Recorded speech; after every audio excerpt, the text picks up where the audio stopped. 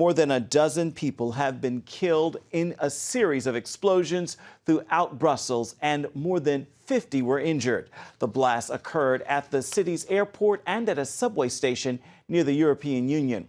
The attacks come just days after police arrested the main suspect in the Paris attacks. Charlene Aaron has the story. 2 explosions rocked the Brussels airport as hundreds of passengers were trying to check in during the early morning rush hour. Passengers were evacuated from the terminal where the blasts occurred. You felt the explosion? Yeah, I feel, yeah. And I put my footplate and glass over my side. We only saw some smashed windows and we didn't get any information. I walked through a mess, a load of stuff, glass splitters, smoke, water dripping from the ceiling.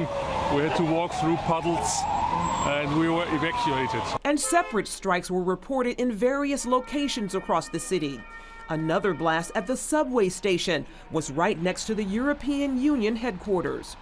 The airports and subway systems are shut down. British airports are increasing security, and Prime Minister Cameron is convening the government's emergency committee after the explosions in Brussels. Officials called the blasts terrorism, similar to the attack that took place in Paris in November that killed 130 people. The bombings happened only days after the prime suspect in the Paris attacks, Salah Abdeslam, was arrested in Brussels.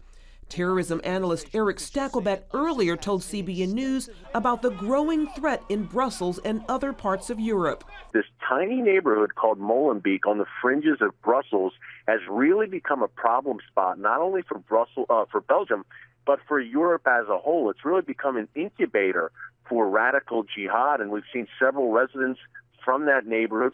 It has become a real hotbed for radical imams and ISIS sympathizers. We've seen several residents of that neighborhood leave Molenbeek and go to Syria to join ISIS, and now they're coming back, and we're seeing the bitter fruits of that. The terror threat level in Belgium has been raised to its highest level at all transportation hubs. Charlene Aaron, CBN News.